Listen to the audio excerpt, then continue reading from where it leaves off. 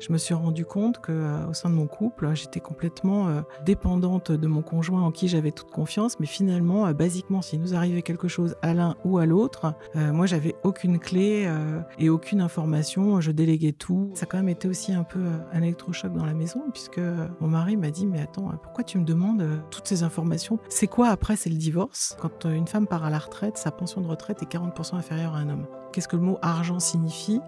Pour les hommes, ça signifie la liberté. Pour les femmes, l'angoisse. Dans un couple, maman finance les yaourts et papa finance le tangible, la voiture, la maison. Est-ce que vous saviez qu'en 1965, c'est la première fois, la première année, que le Parlement vote l'autorisation pour une femme d'ouvrir un compte bancaire sans l'autorisation de son mari ? Au même âge, une petite fille va gagner moins d'argent de poche qu'un petit garçon au sein de la même famille. Pourquoi ? Est-ce que c'est mieux payé de laver la voiture de papa que de vider le lave-vaisselle de la maison ? Je suis quand même autonome et indépendante personnellement, professionnellement, financièrement, mais en fait, comme je m'occupe de rien, je suis complètement dépendante. Et donc, l'argent, c'est quand même le premier outil d'émancipation financière, quel que soit son statut.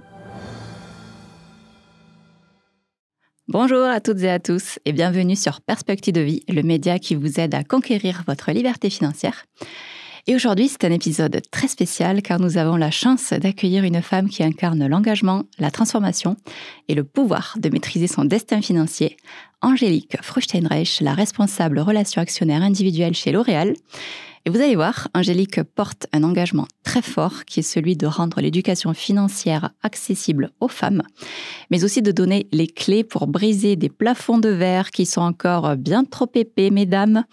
Alors, installez-vous bien car ce moment promet d'être un vrai déclic pour beaucoup d'entre vous. Mais avant de commencer, pensez à vous abonner à la chaîne, à liker et à commenter pour ne rien manquer de nos contenus inspirants. Allez, c'est parti avec Angélique. Bonjour Angélique. Bonjour Célia. Bienvenue dans nos studios d'enregistrement, Nova Prod, bienvenue sur Perspective de vie. Alors, je suis vraiment très chanceuse de vous avoir sur la chaîne, je suis trop contente de faire cette émission avec vous. Merci de m'avoir invitée. Avec plaisir.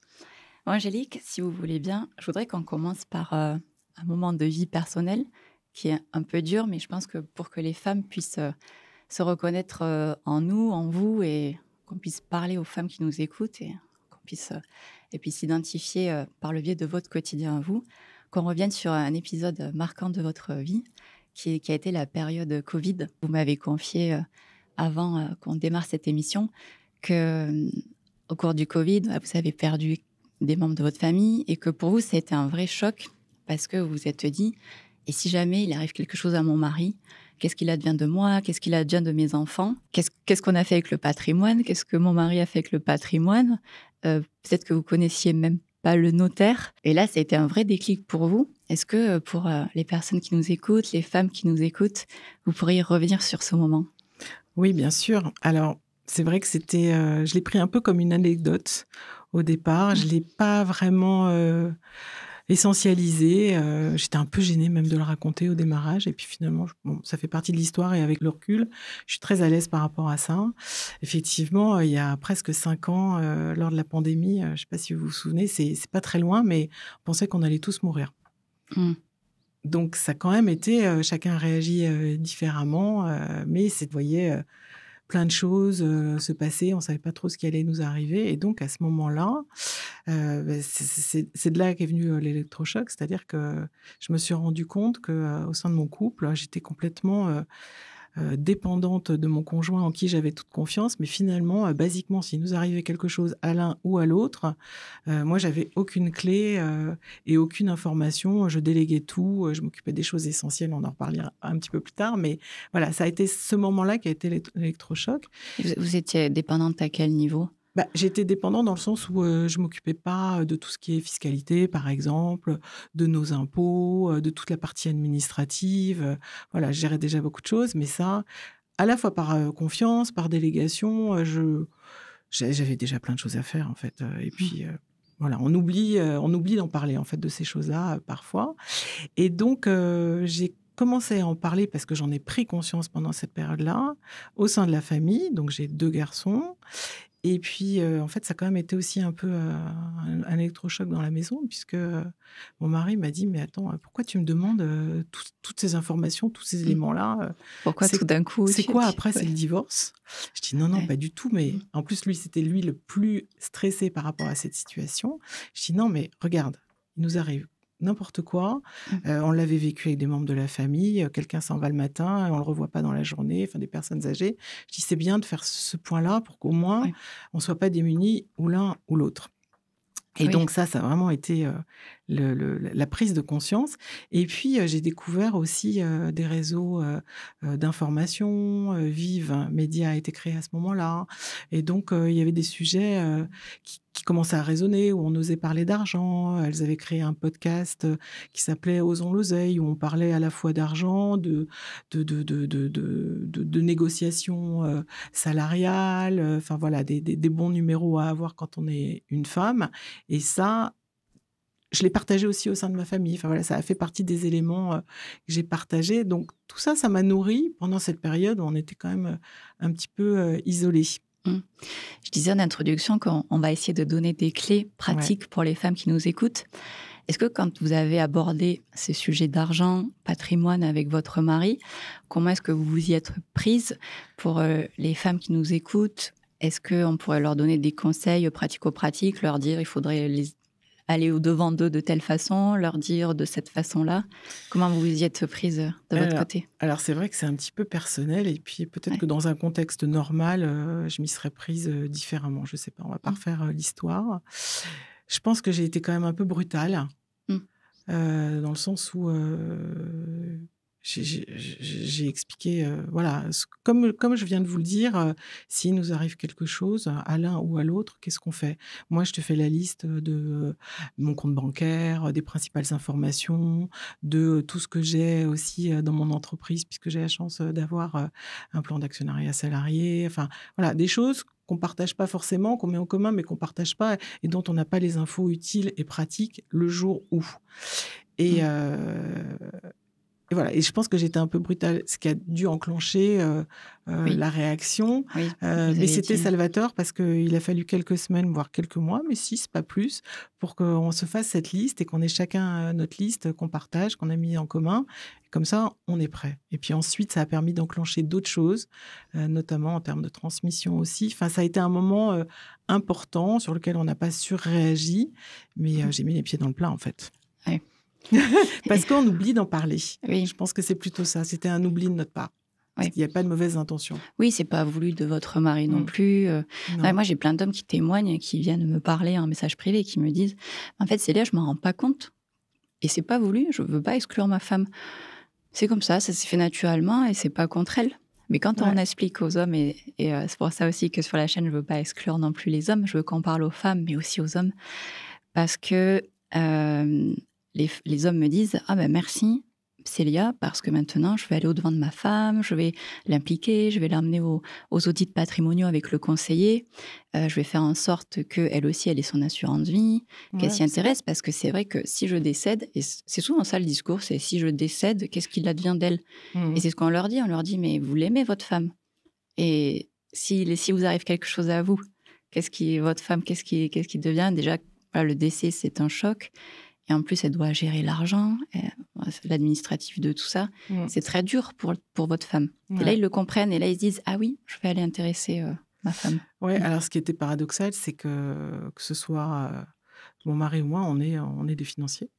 Et donc, vous savez, vous pouvez être, Oui, expert dans votre fonction et puis à titre personnel, complètement à côté de la plaque, en fait. oui. Non, mais Donc bravo de l'assumer, Angélique, et de le dire, parce que c'est vrai qu'il y a des personnes qui nous écoutent et qui se disent, «Bah oui, mais moi, je suis pas du milieu, j'ai personne, j'ai pas assez d'argent, j'ai pas fait les études pour». ouais, Et c'est vrai que, ouais, vous le dites, nous, on était aussi financiers et pourtant, on a fait la même chose que tout le monde, ouais. finalement. Puis on voit Ouais, pas les années passer. ouais, ouais. Non, mais c'est vrai, on est pris dans notre tourbillon, notre Ouais. quotidien et ouais, on va Et pas. alors, à ce moment-là, en fait, j'arrivais dans le groupe dans lequel je suis aujourd'hui, en mission, sur les relations actionnaires chez L'Oréal, et ça m'a permis en même temps, parce qu'on a une chance folle, en termes, d'émancipation financière, parce que moi je l'appelle comme ça, c'est-à-dire que prendre en compte son destin financier, c'est aussi l'argent, c'est le premier outil d'émancipation financière, pardon, pour une femme ou pour un homme.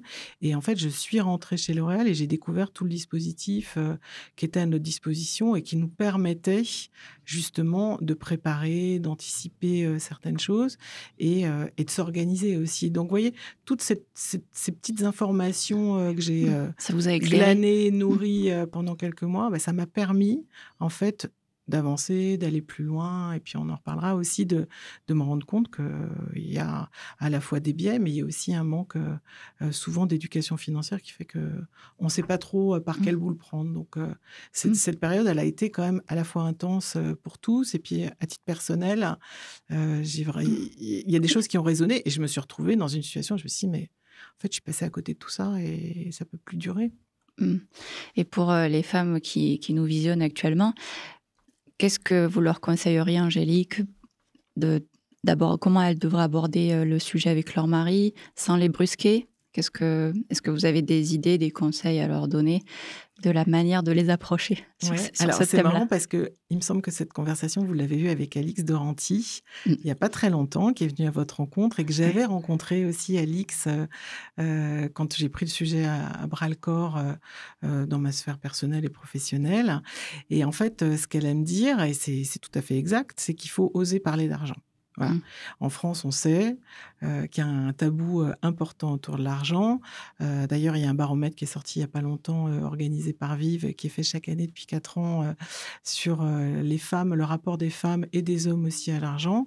Et on sait que parmi ceux qui répondent à cette enquête, 55% des Français déclarent ne pas parler d'argent parce que c'est un tabou. Donc, je pense qu'il faut lever ce tabou. Ça se voit beaucoup dans les générations beaucoup plus jeunes, les 18-24 ans. Ils ont une sorte de décomplexion par rapport à l'argent. Donc ça, c'est chouette.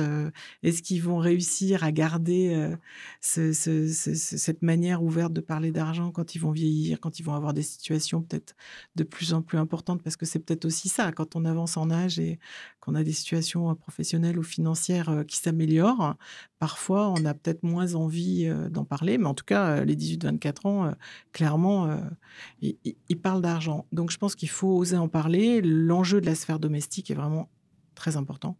C'est le premier enjeu, bien plus qu'au sein de l'entreprise, finalement, parce qu'en entreprise, il y a des dispositifs qui sont faits pour parler d'argent et pour protéger aussi les collaborateurs. Et c'est vrai qu'au sein du couple, parfois, on n'en parle pas, certains ont des comptes séparés. Enfin voilà, c'est des discussions qu'il faut avoir pour essayer de définir un cadre, peut-être avec des recettes et des choses claires à mettre en place. Est-ce que c'est un compte commun? Est-ce que c'est une répartition à 50-50 ou en fonction des revenus? Mais c'est ça qu'il faut aborder pour qu'il n'y ait pas de surprise, parce que vous savez, la vie fait que des fois, on peut rencontrer des difficultés ou des ruptures professionnelles, personnelles, et on se rend compte que finalement, dans un couple, maman finance les yaourts et papa finance le tangible, la voiture, la maison. Et en cas de séparation, finalement, il y a du durable d'un côté et tout le reste qui a financé le quotidien n'est pas durable. Donc, ça crée cette différence et les inégalités. Ouais, exactement, ces inégalités. Et ça, c'est quelque chose au sein du couple qu'il faut essayer de mettre en place le plus vite possible et oser en parler, effectivement. Oui. Oser en parler. Et puis, on parlait du yaourt, de la voiture. Est-ce que les femmes, elles devraient aussi se mettre à financer des choses plus que les hommes financent eux aussi? Comment est-ce que nous, les femmes, on devrait s'y prendre? Parce que c'est vrai que on ne sait pas finalement. On ne sait pas. Oui, on ne sait pas. Et dans la même enquête, alors elle est toute fraîche, c'est pour ça que j'ai quelques infos en tête et des choses qui sont marquantes. Quand on demande à un homme ou une femme, qu'est-ce que ça veut dire pour vous? Qu'est-ce que le mot argent signifie? Pour les hommes, ça signifie la liberté. Pour les femmes, l'angoisse. Ah oui. C'est frappant. Hein. C'est vraiment, voilà, il y a une sorte de... Chacun est capable de reconnaître qu'il est en manque d'éducation financière. En revanche, donc ça, hommes et femmes, c'est assez équilibré, c'est marrant, il y a une certaine égalité. Mais l'argent n'a pas le même la même fonction pour un homme et une femme. Alors, c'est peut-être parce que justement, l'argent est un peu genré. La femme va financer le quotidien et l'homme quelque chose qui est beaucoup plus durable, sur le long terme, une sorte d'investissement là où, quand on achète des yaourts, c'est sûr qu'on ne fait pas un investissement. Donc, mais c'est vraiment parlant. Hein. Mm. Et puis, il y a tous ces biais culturels, sociaux, historiques qui font que les femmes ont un rapport à l'argent qui est différent. Est-ce que vous saviez qu'en 1965, c'est la première année que le Parlement vote l'autorisation pour une femme d'ouvrir un compte bancaire sans l'autorisation de son mari? Eh C'est oui. pas si loin, hein. Ça fait 60 ans. C'est récent. Eh oui. Voilà. Et aujourd'hui, il y a encore beaucoup, beaucoup de femmes qui n'ont pas de compte séparé. Elles ont des comptes joints ou pas de compte bancaire, mais n'ont pas de compte séparé. Donc ça, c'est aussi un élément qui est important pour une femme à avoir en tête. Peut-être une clé alors, c'est avoir un compte séparé. Pour son indépendance, oui. Ouais. Donc c'est oser parler d'argent, avoir un compte séparé qui vous rende quand même indépendante, autonome. Voilà. Et puis, il y a plein de petites méthodes pour commencer déjà à épargner et puis à investir. Aujourd'hui, on a la chance d'avoir des influenceurs qui vous expliquent, qui vous donnent des petites astuces aussi. On a beaucoup de bourses en ligne où il y a beaucoup d'éléments qui vous permettent de faire des opérations, des placements. Ce qui est important, c'est la régularité aussi. On sait que les femmes épargnent, mais elles n'investissent pas forcément, en fait. Elles font très attention parce que justement, elles ont cette angoisse de l'argent. Et donc, elles font cette épargne, mais ne pensent pas ou n'osent pas toujours investir parce qu'elles se sentent des fois en incapacité de le faire. On a longtemps cru que c'était une aversion au risque. Et en fait, non. Elles sont capables de prendre des risques, mais en revanche, elles pensent ne pas avoir toutes les clés pour bien le faire. Et puis, basiquement, comment s'y prendre. Enfin, c'est ça qui nous manque aussi parfois, c'est de me dire, bon, j'en ai bien conscience de tout ça, qu'il faut que je prépare mon patrimoine pour transmettre, pour aussi me faire plaisir, pour me projeter, pour financer les études des enfants. Enfin, j'en ai conscience. En revanche, je ne sais pas comment l'aborder, ce sujet-là. Oui. Et une autre clé aussi, c'est d'en parler. Et d'en parler dans sa sphère domestique, mais pourquoi pas en parler avec son banquier si on a quelqu'un qui peut être de bons conseils, parce que des fois, il n'y a pas tellement de conseils dans les banques, c'est compliqué de trouver quelqu'un qui vous accompagne, avec un notaire aussi, ou avec un collègue même, quelqu'un à qui, justement, sans jugement, on est à même de partager ce sentiment, ce doute, qui souvent est partagé par beaucoup de femmes, en fait, et d'hommes. Oui, en parler en dehors de la sphère familiale. Exactement. Oui, non, mais je vous rejoins totalement, Angélique. Et une autre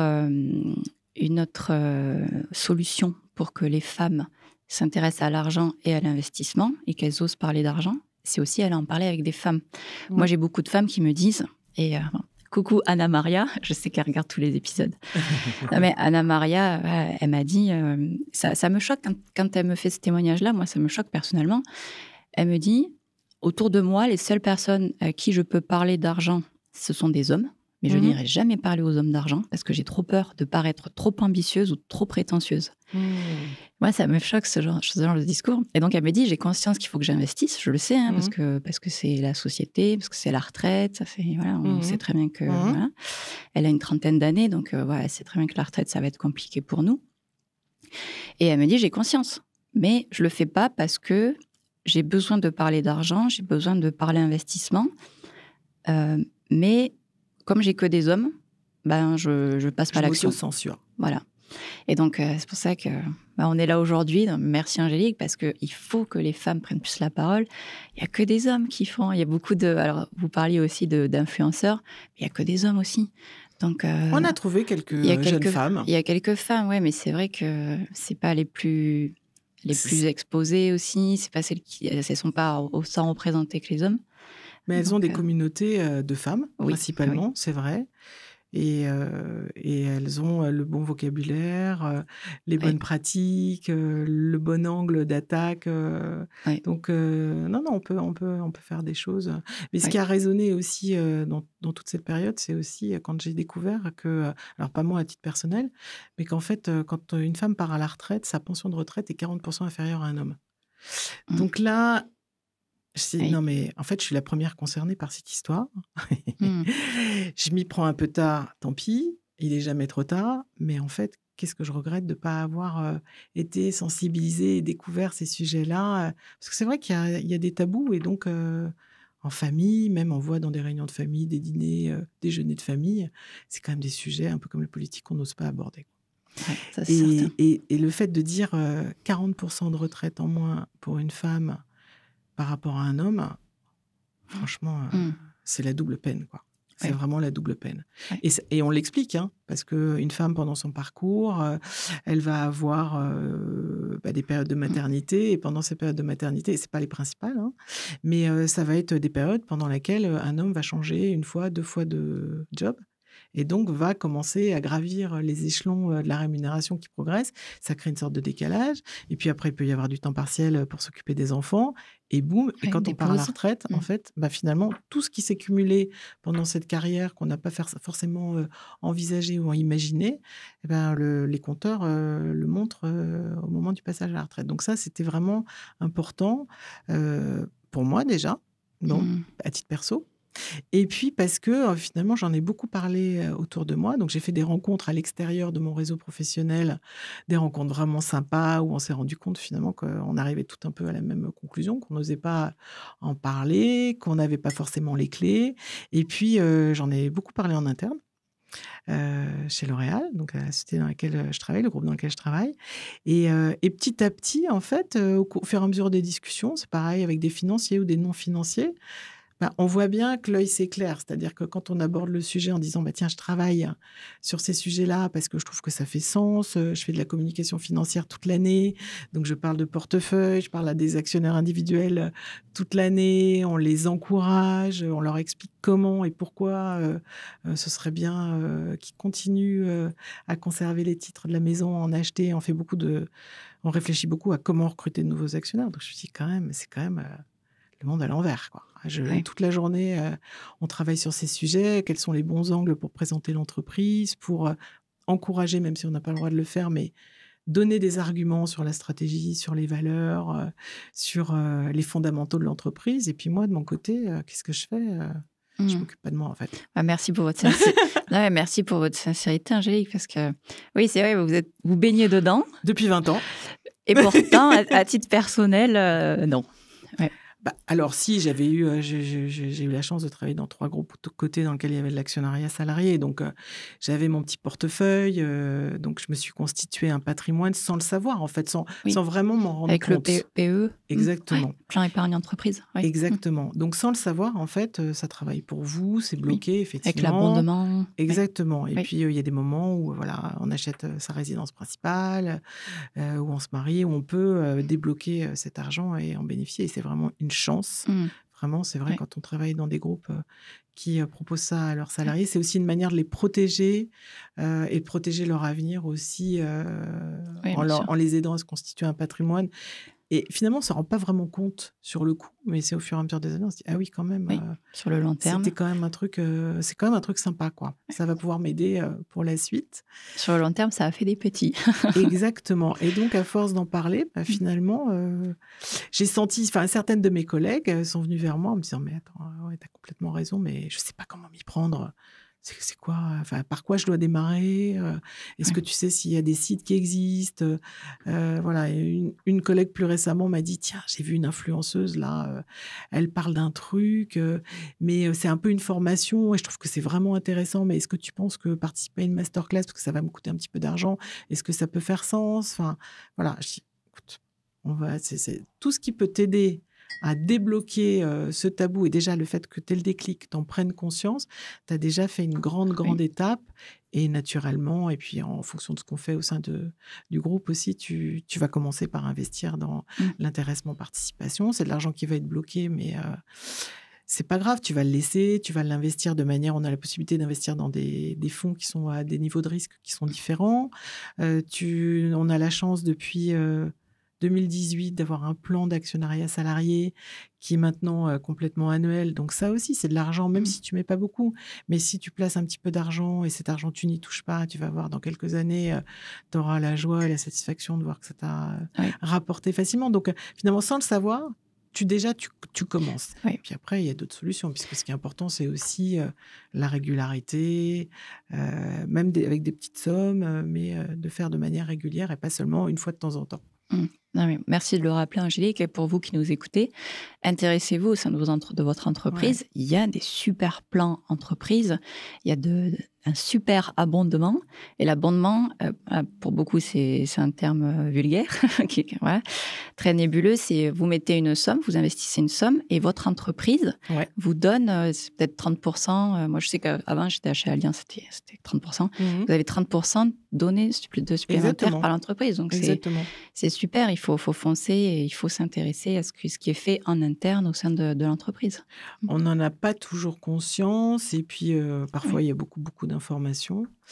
Et donc, enfin, voilà, au sein de l'équipe dans laquelle je travaille, bon, déjà, on a une équipe de femmes. C'est un peu le hasard, mais chez L'Oréal, on est 60% de femmes. Donc, c'est vrai que voilà, on est engagé, investi. C'est l'activité qui... Ouais, peut-être. Mais bon, ça a permis de... Voilà, on était toutes convaincues. On en a fait un peu une cause au sein de la communication financière. Et ça, à la fois, ça dessert plusieurs causes. C'est-à-dire que voilà, ça nous permet de recruter des nouveaux actionnaires en mettant à disposition, je pense, on a fait des petites capsules avec une notaire pour tout ce qui est transmission aussi. C'est important de pouvoir donner à des êtres qui sont proches. Évidemment, on tourne autour de l'action, là, puisque c'est quand même notre métier de parler de l'action L'Oréal. Mais en interne aussi, on a déployé des petits événements, et des plus gros même parfois, où on invitait des actionnaires, des réseaux de femmes aussi, pour justement les sensibiliser et leur rappeler un peu tous les biais qui existent, culturels, sociologiques, historiques. Et ouais, il y en a un, alors pareil, enfin, quand on vous le dit, c'est quand même, non, c'est l'argent de poche. Voilà, on sait, et c'est vrai encore aujourd'hui, c'est pas seulement historique, qu'au même âge, une petite fille va gagner moins d'argent de poche qu'un petit garçon au sein de la même famille. Pourquoi ? Est-ce que c'est mieux payé de laver la voiture de papa que de vider le lave-vaisselle de la maison ? Voilà, ça aussi, c'est genré. Pourquoi l'argent de poche devrait être différent d'une petite fille à un petit garçon au même âge ? C'est quand même bizarre. Enfin, moi, j'ai que des garçons, donc il n'y a pas eu de décalage. Donc, je ne m'étais pas posé cette question, mais c'est vrai, quand on vous en parle, c'est quand même compliqué. Et puis, pendant très longtemps, il y a tout un réseau d'entreprises familiales en France. Et quand on transmet une entreprise dans la famille, souvent, ça change, mais ça change à la marge. On transmet l'entreprise au fils de la famille. Et puis, la femme de la famille reçoit un poste ou un chèque pour compenser. Mais en fait, on est encore dans ce schéma. Voilà, c'est l'homme qui prend la suite. Qui prend les responsabilités. Ouais. Donc, c'est très important de se dire que voilà, l'argent, c'est pas tabou, il faut oser en parler. C'est pas sale. C'est pas sale, voilà. Alors, c'est marrant parce qu'en France, on a des réactions qui sont complètement différentes d'autres. C'est pas pour autant que dans d'autres pays, les femmes savent investir aussi. En tout cas, elles osent en parler. Donc, déjà, c'est plus simple. J'ai des collègues américaines, on en parle facilement. Après, elles ne savent pas forcément comment faire, mais elles en parlent beaucoup plus librement. Et donc, l'argent, c'est quand même le premier outil d'émancipation financière, quel que soit son statut. Encore plus quand il y a des ruptures professionnelles, personnelles, qui font qu'on peut se retrouver dans des situations de vulnérabilité, de grande vulnérabilité. Donc, c'est important d'en avoir conscience. Et puis après, il y a d'autres sujets, mais ça qui appartiennent à d'autres métiers. Mais vous voyez, on parle des notaires. Faire une consultation chez un notaire, c'est aussi, même en termes de consultation, par rapport à préparer un contrat de mariage, préparer de la transmission vis-à-vis de ses enfants. Enfin voilà, tout ça, c'est entre époux aussi, pour se faire des donations au dernier vivant. Voilà, on fait son choix, mais consulter, c'est vraiment important pour mettre tout ça en place. Il n'y a jamais d'urgence, mais c'est bien de structurer et de préparer tout ça. Vous avez eu les bons réflexes, Angélique, c'est communiquer, en parler. J'ai été accompagnée aussi. Et en fait, au sein de je le fais à titre personnel parce que j'ai plaisir aussi à en parler sur les réseaux sociaux, sur LinkedIn, à partager aussi ce que font d'autres en termes d'éducation financière. J'apprends beaucoup, beaucoup de choses, donc ça me nourrit. Et puis, c'est vrai que dans mon métier, dans ma fonction, que j'exerce depuis quand même pas mal d'années, qui est toujours à peu près la même, mais en fait, c'est jamais la même. C'est-à-dire que on a des outils qui ont permis d'accélérer les communications, les audiences sont pas les mêmes, elles attendent pas les mêmes choses, mais j'ai réussi petit à petit à convaincre et puis voir que chacun, c'est personnel comme sujet, effectivement, donc on ne veut pas rentrer dans le détail de la vie des uns et des autres, mais finalement, rien que le fait d'en parler entre nous, on se dit « Ah ben ouais, quand même, c'est bien d'en parler ». Qu'est-ce que vous avez fait alors concrètement, Angélique? Je sais que vous êtes très engagée dans l'éducation financière des femmes aujourd'hui. Alors, qu'est-ce que vous avez mis en place? Alors, on a organisé une conférence sur les femmes et l'argent et investir, pourquoi pas moi. Voilà, c'était l'accroche. Et donc, on a présenté... alors, on l'a faite en partenariat avec Vive, parce que c'est vrai qu'elles connaissent très bien ces sujets-là, elles les suivent, elles les mesurent en plus. Donc, on peut voir les évolutions qui sont parfois vraiment à la marge d'année en année. Mais c'est bien de voir qu'il y a quand même encore une marge de manœuvre immense et qu'on peut rester engagé. On a encore quelques années... Oui. sur lesquels on va pouvoir travailler sur ces sujets-là. Donc, on avait mis en place une masterclass. On avait invité des actionnaires, mais aussi des groupes de femmes d'écoles de commerce ou d'ingénieurs ou de jeunes actives, des collaboratrices aussi. C'était très féminin, mais des collaboratrices aussi de l'entreprise. Et donc, voilà, ça permet de faire aussi des ambassadrices de ces thématiques qui vont en parler. Et donc, on essaye de créer des petits réseaux et de partager les bonnes pratiques. On a monté aussi des petites capsules avec une notaire, ce qui nous permet de parler de ces sujets, ces questions-réponses avec une notaire. Donc, des trucs très courts, très pédagogiques. Dans quelques jours, on organise une masterclass avec un influenceur que vous connaissez. Et donc, ça, c'est un sujet qu'on partage avec la RH du groupe, la RH qui s'occupe du département financier et qui finalement, au vu de toutes nos actions, s'est tournée vers nous en disant « Mais tiens, ce que vous faites, c'est drôlement bien. Nous, on anime toute la communauté financière et juridique du groupe. Et puis, on se rend compte que quand il y a un plan d'actionnariat salarié, par exemple, les gens ont envie de participer, mais ça les effraie un peu, quoi. Et puis, ils ne savent pas forcément comment s'y prendre. Donc voilà, on va faire cette masterclass avec Guillaume Simonin, qui est un influenceur. Et l'idée, c'est de donner... Donc, le titre, c'est « Agir pour ne pas subir. Comment préparer son avenir financier ». J'espère que c'est quand même accrocheur. Et Génial. donc, l'idée, c'est de faire venir cette communauté de financiers qui est très experte dans son domaine, mais à titre personnel, qui n'a peut-être pas le déclic ou les réflexes, ou qui ne sait pas comment s'y prendre. Et donc, c'est donner pendant 1 heure toutes les clés, avec horizon la retraite, même si la retraite, ça ne parle pas à tout le monde en fonction de son histoire et puis de son âge. Mais en revanche, on sait qu'aujourd'hui, puis on en parle quand même encore tous les jours, on sait que voilà, plus on avance, plus la retraite, ça devient un enjeu et puis qu'il faut se prendre en main seul et individuellement pour espérer avoir quelque chose. Il ne faut pas compter sur le collectif, surtout quand on a 30 ans aujourd'hui. La retraite, c'est dans 30-35 ans, facile. Donc, qu'est-ce qui se passera? On voit que tout s'accélère. Donc, qu'est-ce qui sera passé dans les 35 prochaines années? C'est mathématique. Il y a un actif pour 4 retraités. Il y a une baisse de la démographie. C'est pas tenable. Voilà. C'est tout simplement pas possible. Exactement. Exactement. Donc, voilà, ça peut faire un peu sourire de parler à des gens qui ont 25 ans de la retraite, là où moi, ça m'intéresse un peu plus. Mais il n'empêche que cet horizon de temps, et comme on le dit, il faut s'y prendre le plus tôt possible, même si ce sont des petites sommes, mais commencer à préparer tout ça, parce que c'est mathématique. On voit qu'avec des intérêts composés, une petite somme de manière régulière fait des grosses sommes à l'avenir. Et il faut avoir en fait, ce petit déclic, cette gymnastique intellectuelle et financière pour le faire. Mais c'est à force d'en parler que... Bien on sûr. déclenche Non, mais c'est sûr. Voilà l'idée. Oui. Bon, c'était dans un contexte parallèle. Vendredi dernier, pour la journée de la femme, j'étais à l'Assemblée nationale et il y avait des tables rondes autour du viol comme arme de guerre. Et plusieurs avocats animaient une table ronde et l'animatrice demandait quelle est la pire erreur. La pire erreur, c'est de se taire, de ne rien dire. Donc là, ça s'applique également ici aussi. Il faut en parler. Et ça va libérer aussi. Hein. Oui, il faut avoir un petit côté féministe. Oui.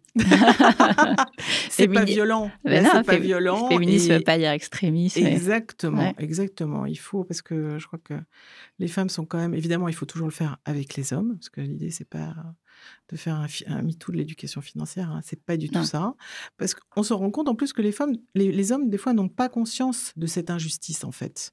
Donc, c'est pas fait de manière volontaire. C'est juste que parfois, c'est ce que je disais ils ne réalisaient pas.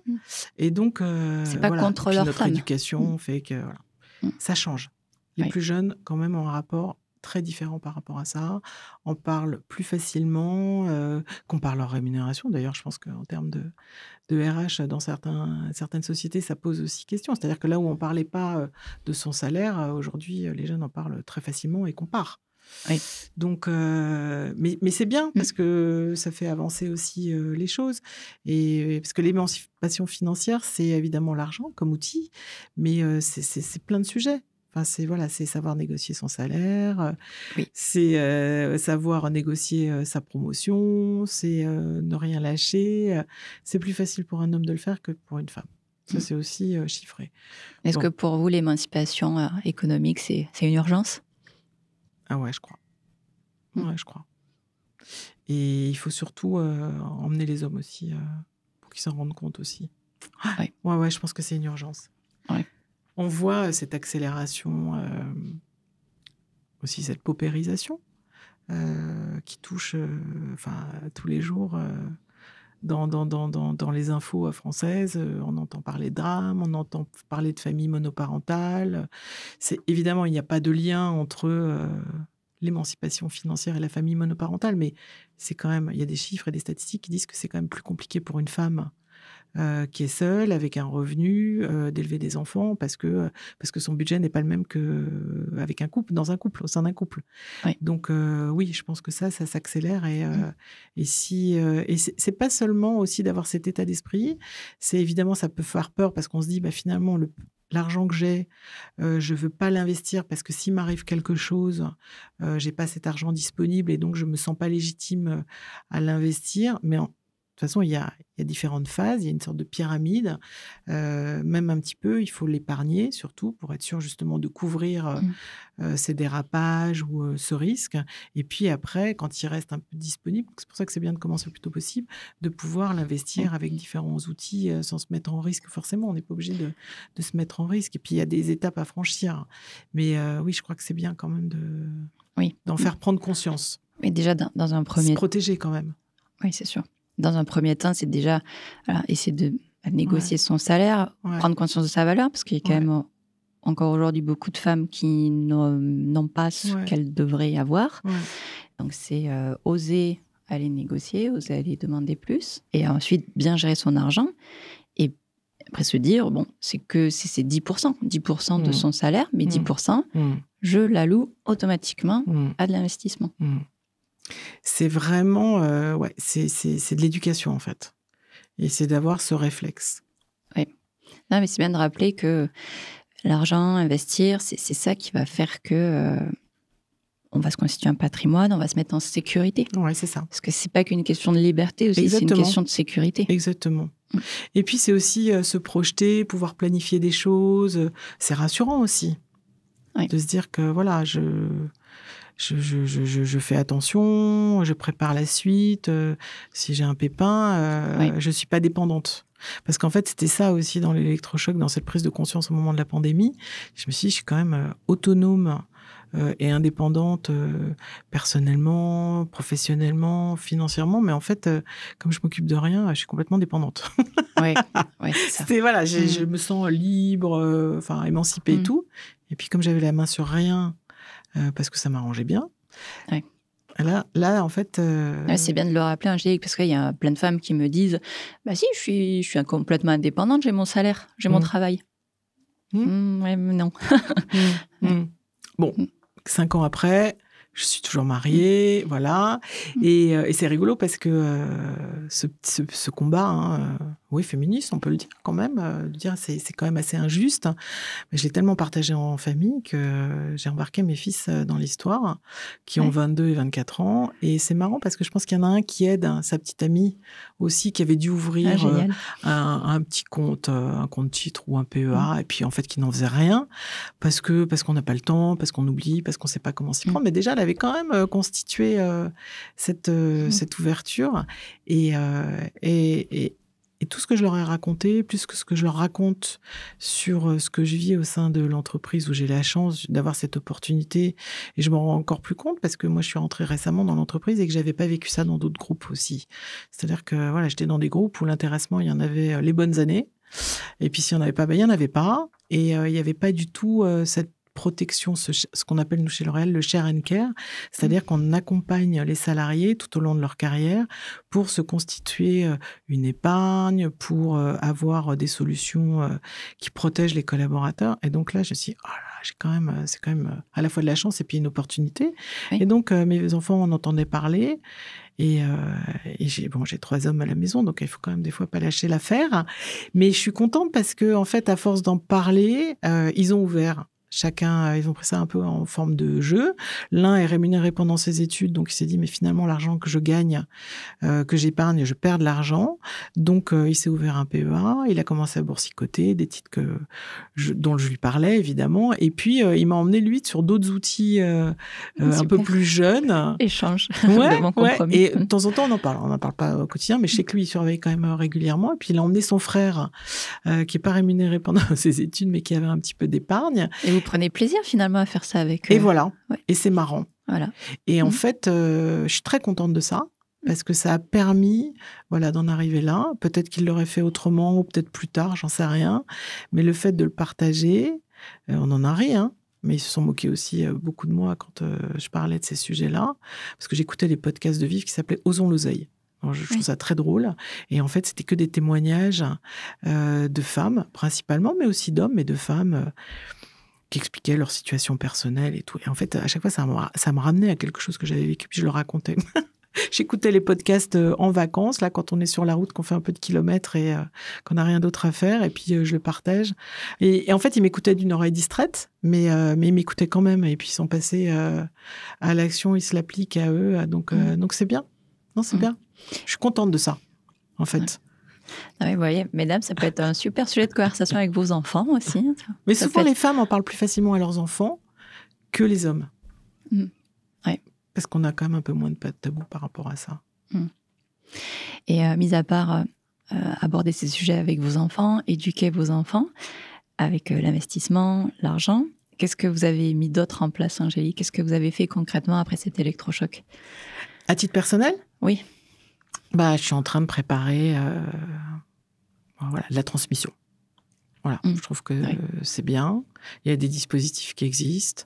Et donc voilà, ça aussi, c'est une case que j'ai cochée. Parce qu'aujourd'hui, j'ai 58 ans et on pense qu'on est tous immortels, mais c'est pareil, hein, on ne sait pas ce qui peut se passer. Donc, si on peut anticiper quelque chose et puis protéger ceux qu'on aime très rapidement, c'est bien. Voilà. Et puis, à titre professionnel, je continue à beaucoup en parler. C'est très marrant, quoi. C'est-à-dire que c'est petit à petit, le cercle s'élargit, on a de nouvelles idées, on en a d'autres, certains collègues viennent vous trouver. C'est très sympa, quoi. Ouais. Finalement, on se rend compte que à la fois, c'est un engagement personnel, mais c'est aussi un engagement professionnel qui nous permet de s'adresser à des audiences qu'on n'aurait peut-être pas forcément identifiées. Et donc, on arrive à cocher plusieurs cases. Bien sûr. Et ça, c'est vraiment bien. Et on travaille des fois avec des enseignants aussi qui sont dans des écoles d'ingénieurs ou qui nous disent clairement, il n'y a pas de formation financière, mais ils ont cette appétence. Donc, ce serait bien, tiens, si tu venais en parler ou si il y avait quelque chose qu'elle on puisse mettre à disposition. Voilà. Il y a beaucoup, beaucoup de choses. Je pense que il faut vraiment s'adresser aux plus jeunes. Enfin, aux plus jeunes. Oui, aux plus jeunes, pas forcément les petits. Mais déjà, petit, dans sa famille, il est sensibilisé à la petite souris aussi, parce que la petite souris, c'est le premier moment, la première rencontre pour un enfant avec l'argent. Donc, soit on l'investit, soit on le met dans sa tirelire et on le laisse tomber. Ouais, voilà, c'est ça. Bon, l'idée, c'est pourquoi pas organiser des placements. Mon mari avait ouvert, quand les enfants étaient tout bébés, il leur a ouvert chacun une assurance vie. Puis, il mettait une toute petite somme. Mais en fait, quand ils ont eu 18-20 ans, ils se sont dit que la somme c'était chaque mois une petite somme. Et c'est ça aussi qu'ils ont utilisé pour placer un petit peu. Et ça, c'est un truc facile à faire pour un enfant. Oui, prendre un petit peu, voilà, tous les mois, un petit peu. Et sur le long terme, c'est ça qui fait toute la différence. Exactement. Mais je crois que les lignes changent beaucoup. Il y a quelques jours, dans le cadre de Vive, justement, et de cette journée de la femme, il y avait des banques en ligne qui étaient présentes et qui expliquaient quand même qu'en 2024, ça avait été une année record en termes d'ouverture de compte. Parce que la situation économique, politique, on parle en France, je ne parle pas dans d'autres pays, mais fait que il faut quand même être sacrément solide et accroché pour se dire j'ai confiance dans tout ce qui va nous arriver, sans parler du climat géopolitique. Et donc, je pense que les jeunes, du fait de ce rapport à l'argent qui est beaucoup plus décomplexé, d'abord, ils ont envie de gagner de l'argent et vite, et eux se sont mis à boursicoter et acheter des produits des fois plus ou moins risqués, mais voilà. Et puis la perspective de la retraite est tellement loin. On est en train de nous dire que peut-être que ça va être pension ou canon. Voilà, c'est un peu les sujets du moment. Donc, est-ce qu'on valorise les pensions de retraite ou est-ce qu'on investit un peu dans l'armement pour se protéger? Donc, quand même, pour les jeunes, c'est compliqué de se projeter. Et donc, ils ont en fait ouvert beaucoup, beaucoup de comptes en 2024. C'est une année record. Et tout ça pour se protéger, pour se constituer une épargne, un patrimoine. Et puis, ils ont l'air d'avoir quand même moins de tabous par rapport à tout ça. Ouais, non mais c'est vrai, il y a un rapport de l'AMF de 2024 qui dit qu'il y avait 24% de Français qui investissent. Et dans ces 24%, alors je suis désolée, j'ai plus les chiffres exacts, mais une grosse majorité des 24%, c'était des nouveaux investisseurs depuis le Covid. Ouais. Mais effectivement, c'est le contexte économique, social, politique. Oui, c'est ça. Ouais. Donc, et puis, on en parle aussi. Il y a de plus en plus de créateurs de contenu finance qui vulgarisent, qui font beaucoup de pédagogie sur la finance, sur l'argent. Et anglais différemment, dire comme ce qu'on vient de dire aujourd'hui. C'est pour sa sécurité, c'est pour ses enfants, c'est en cas de problème, c'est si je me sépare, si mon compagnon, ma compagne décède. Exactement. C'est pas dire... parce que c'est vrai que les femmes, ça leur parle pas si on leur dit ah ben c'est bien maintenant avec des banques en ligne ou des courtiers en ligne, bon, on va pas citer, mais à partir de 1 euro maintenant vous pouvez investir. Ça leur parle pas. Non, ça leur parle pas. Mais ce qui a beaucoup aidé, moi je pense, je le vois ça comme une opportunité en fait, c'est les réseaux sociaux. Alors je parle pas des réseaux sociaux qui propagent des mauvaises informations, mais voilà, en termes d'éducation financière, les comptes fiables. Exactement. Alors c'est vrai que les organismes de régulation français surveillent ça de près. Certains en sont tout à fait conscients et commencent vraiment à faire évoluer et bouger les lignes. Il reste quand même aussi un peu de travail à faire. En revanche, les réseaux sociaux, ça a permis pour ces influenceurs, donc des finfluenceurs, parce qu'on les appelle les influenceurs de la finance, donc des finfluenceurs, à ne pas comparer à l'influenceuse ou influenceur classique, mais ils ont, à travers leur communauté, ils ont réussi en fait vraiment à faire passer des messages et les plus jeunes, mais pas seulement les plus jeunes, en fait, se sentent en confiance, en sécurité, en tribu. En fait, on fonctionne tous un peu encore plus les plus jeunes, mais on fonctionne tous en tribu, en communauté. On fait confiance à ce que explique, démontre celui qui mène cette communauté et qui anime cette communauté. Et ça, je trouve que ça, c'est un support génial, en fait. Oui. Dans ce process d'éducation financière, d'ailleurs, on le voit, on a beaucoup travaillé sur justement l'influence financière, parce qu'on sait qu'on va toucher des audiences qu'on ne toucherait pas forcément avec des canaux plus classiques Et donc, il faut aussi surveiller et s'adapter à ces nouveaux moyens de communication. Donc, tout à l'heure, quand je disais que ça fait 20 ans que je fais de la communication financière, c'est le même métier parce que le métier, c'est toujours de raconter une histoire, de valoriser la culture, la performance, les valeurs, le travail des hommes et des femmes d'un groupe. Mais les outils sont pas les mêmes. Et les modes de communication sont pas du tout les mêmes. Et les attentes sont pas les mêmes, en fait. Alors évidemment, un investisseur, il attend toujours d'avoir un rendement sur l'investissement qu'il réalise, mais il attend de savoir et de comprendre autre chose. Et donc, à quoi sert mon argent ? Exactement. À quoi ça sert ? Dans quoi j'investis ? Oui. Donc, ils sont en quête de sens, parce que ça, finalement, c'est beaucoup ça. Bon, ça reste quand même le rendement qui est sur la pile des priorités, mais, oui, c'est vrai, mais certains s'interdisent certains investissements parce que ça fait pas sens par rapport à leurs objectifs de vie, à leurs valeurs. Oui, vous qui êtes responsable relations actionnaires individuelles chez L'Oréal, qu'est-ce que vous avez comme question de la part des actionnaires, justement ? Quelles sont leurs préoccupations ? C'est souvent le cours de bourse, le rendement. Voilà. Les plus jeunes s'intéressent à des sujets plus sociétaux aussi. Ça peut être en termes d'environnement. Quels sont vos programmes d'engagement de protection de l'environnement ? Donc, on a un programme qui s'appelle L'Oréal pour le futur, dans lequel on a des engagements très précis pour protéger la biodiversité, faire attention à ne pas dépasser certaines limites qui mettraient en danger la planète en termes d'utilisation de ressources. Donc, les plus jeunes s'intéressent à ça. C'est marrant. Il y a vraiment une dichotomie entre les attentes des générations différentes. Hein. Mais souvent, un investisseur, il attend ça. Après, nous, c'est aussi dans notre mission et dans notre rôle que de leur partager ça pour qu'ils comprennent le groupe dans lequel ils investissent. Oui. C'est une manière déjà d'en recruter et puis une manière de les fidéliser. Donc ça, c'est très important. On ne peut pas uniquement parler du cours de bourse et de la performance financière. D'abord, c'est moins sympa. Moi, j'aime raconter l'histoire d'une entreprise, montrer par l'exemple, quand on va dans les coulisses d'une usine, par exemple, montrer comment c'est fabriqué, qui sont mes collègues et les collaborateurs qui travaillent là. C'est, voilà, un investisseur, donc un actionnaire, en fait, il se dit « Ah ouais, mais moi, je ne savais pas que vous faisiez tout ça et que ça se passait comme ça. » Et donc, un actionnaire, c'est un consommateur aussi. Donc, le fait de lui montrer par l'exemple dans quoi il investit fait qu'il sera peut-être un peu plus consommateur ou un peu plus actionnaire. Enfin, on est dans cette relation-là d'actionnaire-consommateur.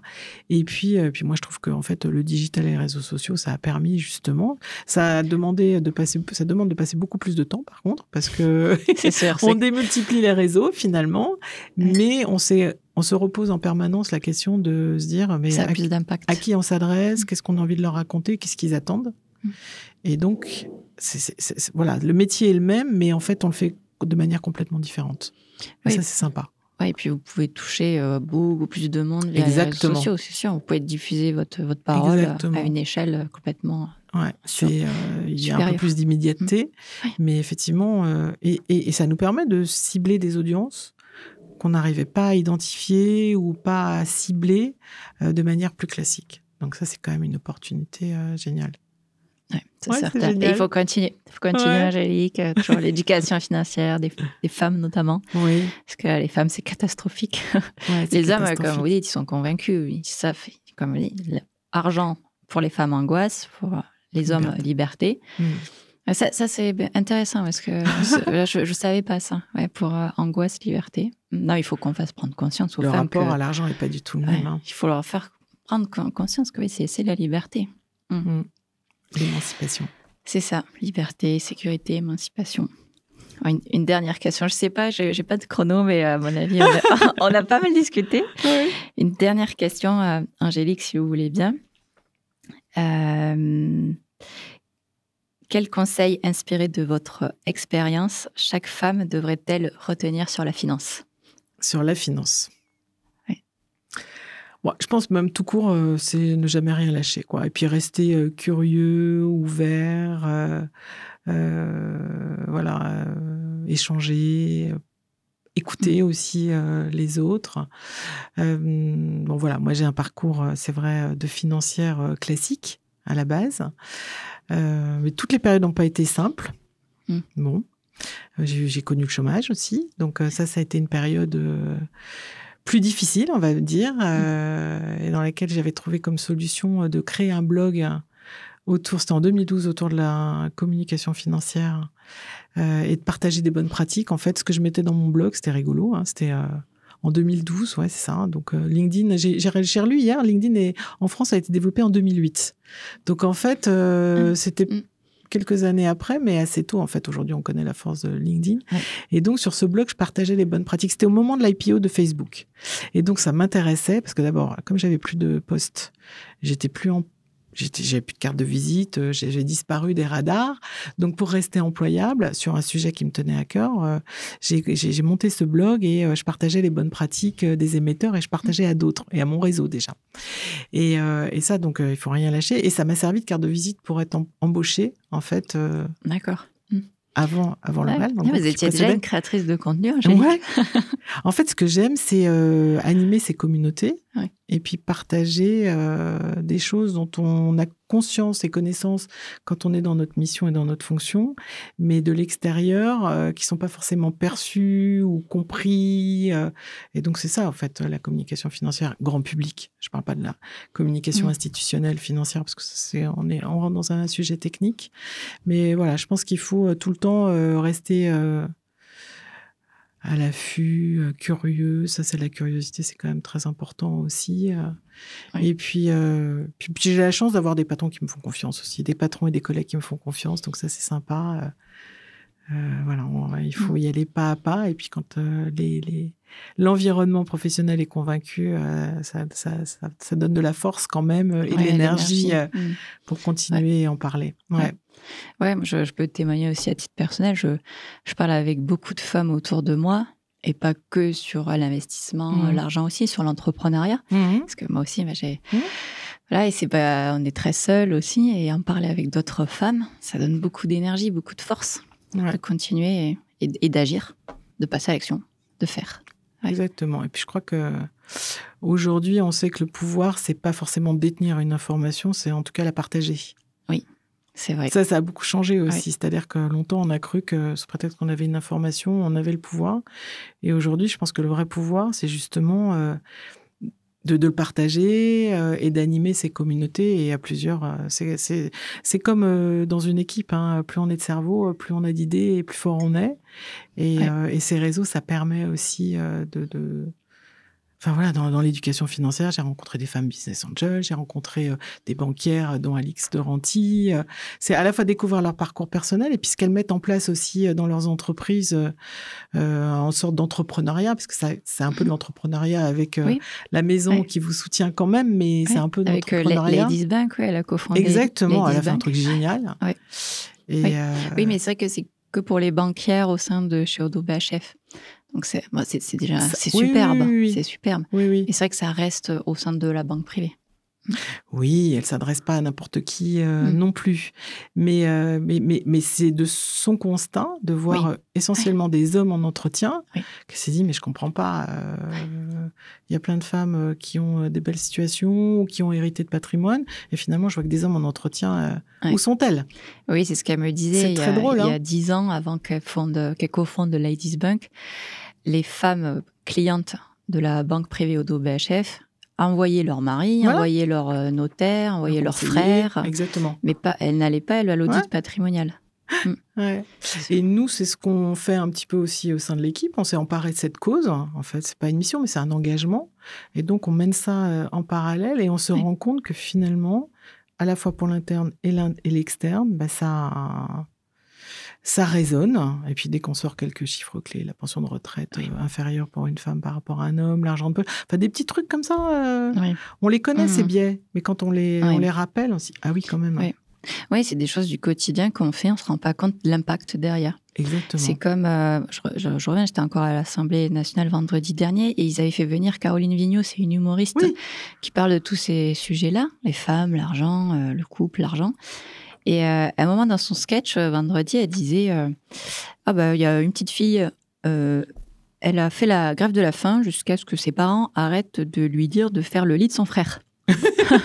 Elle n'a pas mangé pendant 3 jours. Elle dit ça dans son sketch. Donc voilà, les petites filles, fais le lit de ton frère. Non, c'est des petites choses comme ça aussi dans l'éducation des enfants.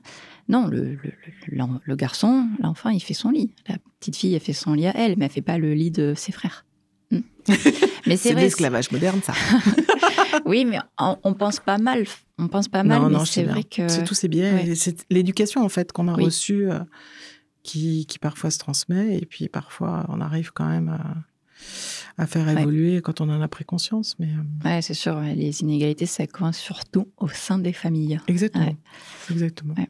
Très bien. Un grand merci, Angélique. Merci, Célia. Vous venez vraiment de prouver que l'éducation financière, c'est pas qu'un sujet technique, mais c'est un vrai levier d'émancipation et de transformation. On le répétera pas assez. Si cette interview vous a plu, surtout n'hésitez pas à la partager avec les femmes qui sont autour de vous.